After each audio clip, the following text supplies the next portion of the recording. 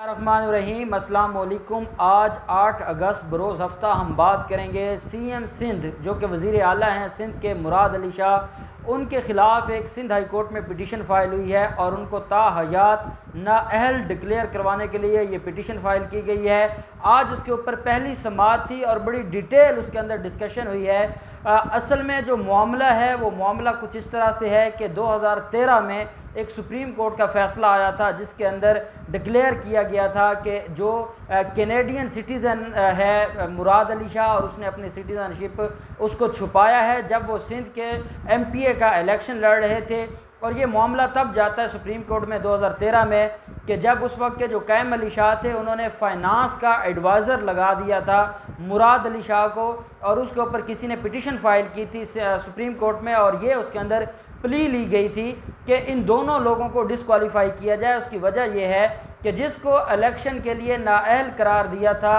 अदालत ने इस बुनियाद पर कि वो ड्यूअल सिटीज़न है, वो दोहरी शहरियत रखता है और वो आर्टिकल 62 और 63 के ऊपर पूरा नहीं उतरता, ऐसे शख्स को कैसे फाइनेंस एडवाइज़र लगा दिया जाता है कैम अली शाह की तरफ से। और साथ ये कहा गया था कि कैम अली शाह ने ये जो कुछ किया है ये गैर कानूनी है और अदालतों के फ़ैसले की तौहीन है। अदालतें जिस शख्स को नाअहल डिक्लेयर कर रही हैं और जिनको अदालतें जिनके बारे में अदालतें ये कह दें कि वो सादिक और अमीन नहीं है, तो ऐसे शख्स के बारे में या उसको किसी आला ओहदे पर रखना किसी भी एग्जेक्टिव अथॉरिटी के अख्तियार में नहीं है और वो डायरेक्टली अदालत की तौहीन कर रही है, वो कंटेम्प्ट ऑफ कोर्ट के मुर्तकिब है। इसलिए एक पिटीशन फाइल की गई थी कि मुराद अली शाह और कैम अली शाह दोनों को डिस्क्वालीफाई किया जाए और इनका नाम ECL में डाला जाए और इनके ख़िलाफ़ कार्रवाई हो।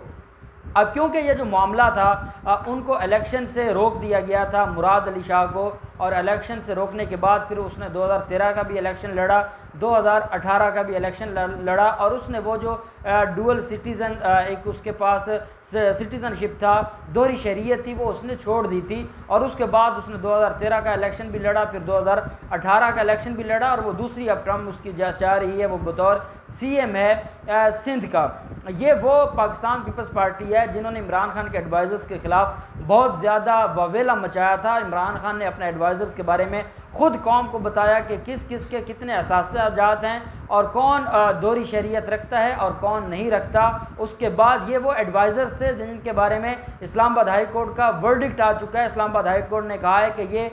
प्राइम मिनिस्टर का दायरा इख्तियार है और वो चाहे जिसको भी अपना एडवाइज़र मुकर्रर कर दे, क्योंकि एडवाइज़र्स के ऊपर आर्टिकल 62 और 63 का इतलाक़ नहीं होता। इसलिए जो पिटीशंस फाइल की गई थी कि वज़ीर आज़म इमरान खान को भी नाअहल डिक्लेयर किया जाए और उन एडवाइज़र्स की भी छुट्टी करवाई जाए, वो पिटीशन खारिज कर दी गई थी। तो ये मामला जब सिंध हाई कोर्ट में जाता है मुराद अली शाह की तरफ से, तो अदालत ने सवाल ये किया, जो पिटिशनर थे उनसे ये सवाल किया कि वो 2013 में भी इलेक्शन लड़ा है, वो 2018 में भी इलेक्शन लड़ा है, तो इस हवाले से जब वो पहले इलेक्शन लड़ चुका है और उसने वो दोहरी शरीयत ख़त्म कर दी है, अब आप उसको ताहयात नाअहल कैसे डिक्लेयर करवा सकते हैं? अब आपके पास वो कौन सा ऐसा पॉइंट है, कौन सी ऐसी ग्राउंड है जिसकी बुनियाद पर आप अदालत में आए हैं और आप चाहते हैं कि मुराद अली शाह को हमेशा के लिए नाअहल डिक्लेयर किया जाए? उसके ऊपर ये कहा गया अदालत से कि जब इसको नाअहल डिक्लेयर किया गया था इसकी दोहरी शरीयत की बुनियाद पर, तो ये वो फ़ैसला है जो कि आर्टिकल 62(1)(f) के तहत होता है, जिसके अंदर article 62 sub article 1 sub article F वो ये कहता है कि जिसके बारे में अदालतों से मुराद हायर कोर्ट्स हैं, जब वो ये डिक्लेयर कर दें कि कोई सादिक और अमीन नहीं है तो वो शख्स भी डिस्क्वालीफाई होगा। और मैंने आपको बताया था कि इस मामले के ऊपर जब नवाज़ शरीफ का मामला आया था तो नवाज़ शरीफ के हवाले से कहा यह जाता था कि उसको 5 साल की सज़ा दे दी जाए, क्योंकि आर्टिकल 63H आगे इस चीज़ को बयान कर रहा है कि वो शख्स जिसको अदालतों से सज़ा हो जाती है वो 5 साल के लिए डिस्क्वालीफाई हो जाता है और वो 5 साल के लिए उसका जो इलेक्शन लड़ने का हक़ है वो उससे ले लिया जाता है। और ये वो शख्स है जो किसी जुर्म में सज़ा याफ्ता हो जाए अदालतों की तरफ से और वो सज़ा भुगतने के बाद 5 साल के लिए वो नाअहल होगा। ये आर्टिकल 63 सब आर्टिकल H के अंदर लिखा हुआ है। लेकिन जो ऑनरेबल बेंच था जो नवाज़ शरीफ का और पनामा पेपर्स केस को सुन रहा था, उसमें साबका चीफ जस्टिस थे साकिब निसार और आसिफ सईद खोसा साहब, वो भी साबका चीफ जस्टिस थे। बड़ी डिटेल इसके ऊपर बात हुई थी। उनका ये कहना था ज़ियाउल हक के दौर में आर्टिकल जो F1 है वो आया था 62 आर्टिकल के अंदर, उसको ऐड किया गया था, अमेंड किया गया था। और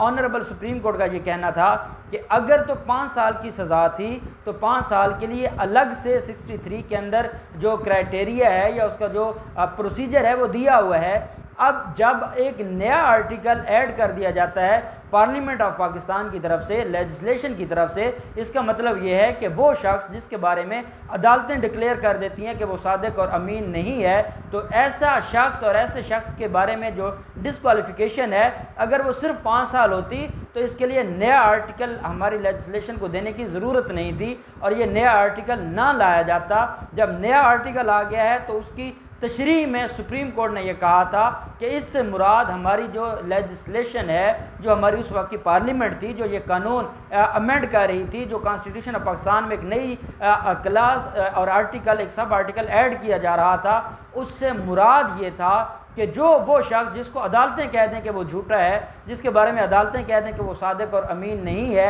ऐसा शख्स ताहयात नाअहल होगा, वो सिर्फ 5 साल के लिए नाअहल नहीं होगा। और इसकी इंटरप्रिटेशन में, इसकी वजाहत में, इसकी तशरीह में सुप्रीम कोर्ट ने पहले नवाज शरीफ को डिस्क्वालीफाई किया ताहयात, उसके बाद जहांगीर तरीन को ताहयात नाअहल किया। अब जब सिंध हाई कोर्ट में ये मामला गया, सिंध हाई कोर्ट ने यह सवाल उठाया कि जो शख्स 2013 में भी इलेक्शन लड़ चुका है, 2018 में भी इलेक्शन लड़ चुका है, अब उसके बाद आप ऐसे शख्स के बारे में अदालत में आ गए हैं और आप ये चाहते हैं कि उसको ताहयात नाअहल किया जाए, ये कैसे हो सकता है? तो वहाँ पर पिटिशनर ने हवाले के तौर पर नवाज शरीफ और पनामा पेपर्स केस और जहांगीर तरीन के केस को डिस्कस किया और अदालत को बताया कि जब अब सुप्रीम कोर्ट का वर्डिक्ट आ गया है, पहले एक चीज़ एम्बिग्युइटी थी, एक आर्टिकल था, उसकी तशरीह नहीं थी हमारे पास, वो ऐसा आर्टिकल था जिसके बारे में कोई ऐसा वर्डिक्ट नहीं आया था। ऑनरेबल सुप्रीम कोर्ट के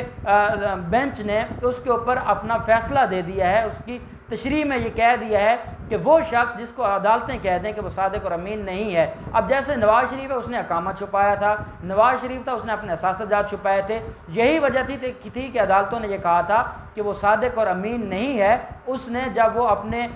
नॉमिनेशन पेपर्स इलेक्शन कमीशन में जमा करवा रहा था तब उसने झूठ बोला था, उसने अपना अकामा भी छुपाया, अपने वो आमदन से ज़्यादा असासजात भी छुपाए और जो उसके पास उसकी जायदाद थी वो भी छुपाई, इसलिए वो सादिक और अमीन नहीं रहा। और ये वर्डिक्ट आ गया तो सिंध हाई कोर्ट में ये कहा गया कि क्योंकि इसके बारे में भी ये कहा गया कि ये कनाडा का सिटीज़न था, इसके पास दोहरी शहरियत थी और ये अकामा होल्डर भी था,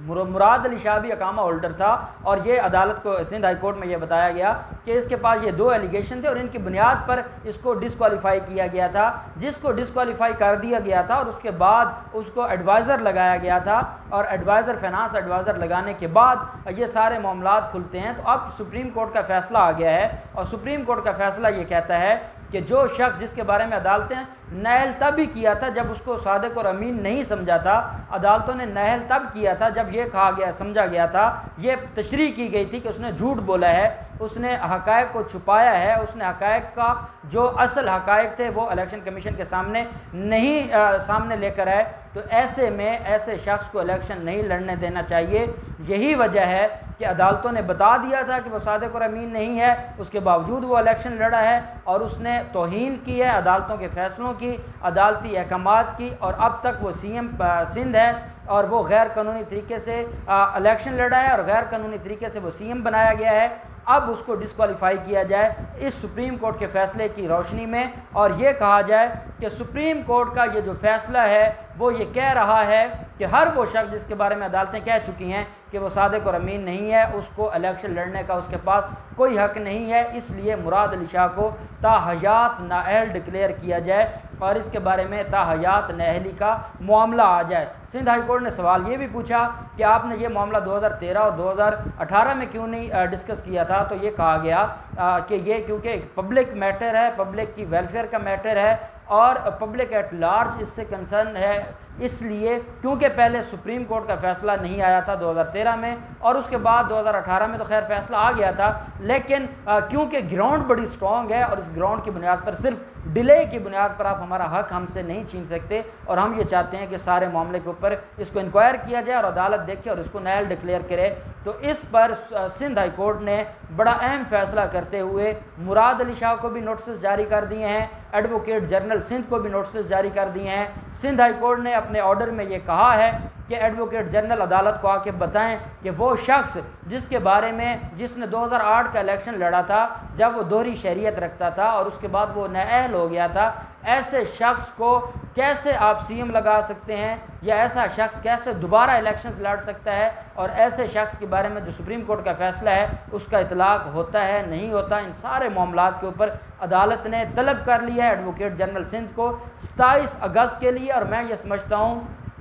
ये जितना इम्पोर्टेंट केस है, जितनी इसके अंदर मटेरियल और मवाद दिया गया है और जितनी स्ट्रॉन्ग फुटेज पर यह केस लेके आया गया है अदालत में, सीएम सिंध के अब घर जाने का दिन करीब आ गया है। लोग ये खुशियां मना रहे हैं कि उस्मान बुज़ार की छुट्टी हो जाएगी। उसको नैब ने 12 अगस्त को बुला लिया है। नैब उसको बुलाता है, इंक्वायरी होती है, वो सारे मामलात अलग हैं। For the sake of arguments अगर किसी केस में वो सज़ा भी हो जाए तो 5 साल के लिए नाअहल होगा। यहाँ पर जिसको अदालत ने झूठा कह दिया और सादिक और अमीन नहीं कहा, वो ताहयात नाअहल है और सुप्रीम कोर्ट का वो फैसला आज तक वो फाइनलिटी अटेन कर चुका है। इसलिए मुराद अली शाह हमेशा के लिए नाअहल हो जाएंगे और उसने जो जरदारी ख़ानदान की ग़ुलामी का पट्टा अपने गले में डाला हुआ है अब वो निकल जाएगा और उसकी हैसियत नहीं बचेगी। अब देखते हैं 27 अगस्त को एडवोकेट जनरल सिंध इसके ऊपर अपने क्या कमेंट्स लेकर आता है, क्या अदालत में अपना डिफेंस लेकर आता है। जो भी डेवलपमेंट होगी हम आपके साथ शेयर करते रहेंगे। बहुत शुक्रिया। अल्लाह हाफिज़। पाकिस्तान जिंदाबाद।